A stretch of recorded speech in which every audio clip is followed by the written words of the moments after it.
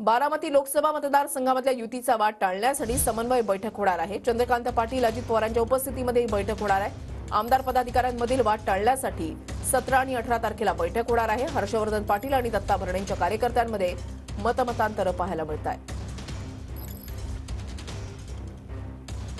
तर हर्षवर्धन पाटील आणि दत्ता भरणेंच्या कार्यकर्त्यांमध्ये मतमतांतर पाहायला मिळतात। बारामती लोकसभा मतदारसंघातील युतीचा वाद टाळण्यासाठी समन्वय बैठकीचे आयोजन करण्यात आलेलं आहे आणि चंद्रकांत पाटील आणि अजित पवारांच्या उपस्थितीमध्ये ही बैठक होणार आहे। 17 आणि 18 तारखेला वाद टाळण्यासाठी या बैठकीचं आयोजन करण्यात आलेलं आहे। प्रदीप कापसे आमचे प्रतिनिधी या संदर्भातली अधिक माहिती देतील। प्रदीप, वृषीला आपल्याला माहिती आहे की बारामती लोकसभा मतदारसंघामध्ये महाविकास आघाडी विरुद्ध महायुती अशी लढत होणारी चित्र आता स्पष्ट झालेलं आहे। सुनेत्रा पवार विरुद्ध सुप्रिया सुळे लढत होईल असं सांगितलं जातंय।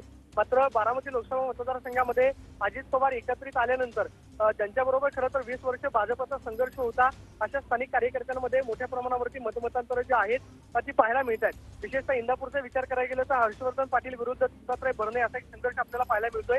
मात्र लोकसभा मतदारसंघामध्ये महायुतीची चांगली कामगिरी जी आहे ती राहावी यासाठी महायुतीची समन्वय बैठक जी आहे ती आयोजित करण्यात आलेली आहे।